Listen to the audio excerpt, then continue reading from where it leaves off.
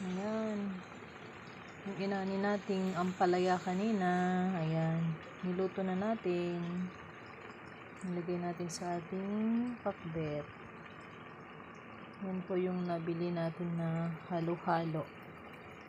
Na gulay na pang pakbet. Nilagyan lang natin siya ng dry dilis.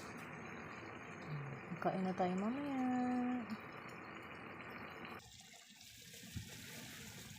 Yan. Malambot na ang mga gulay. Tikman natin kung sakto na yung lasa.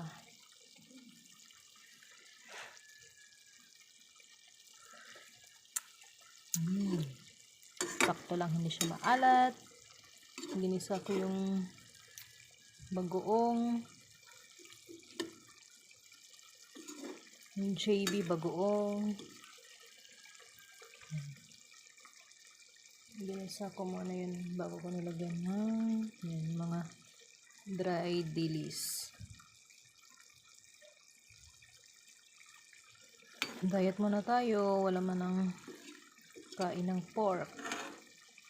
Healthy diet, healthy food muna tayo, guys. O, ganyan lang. Simpleng luto lang ng pakbet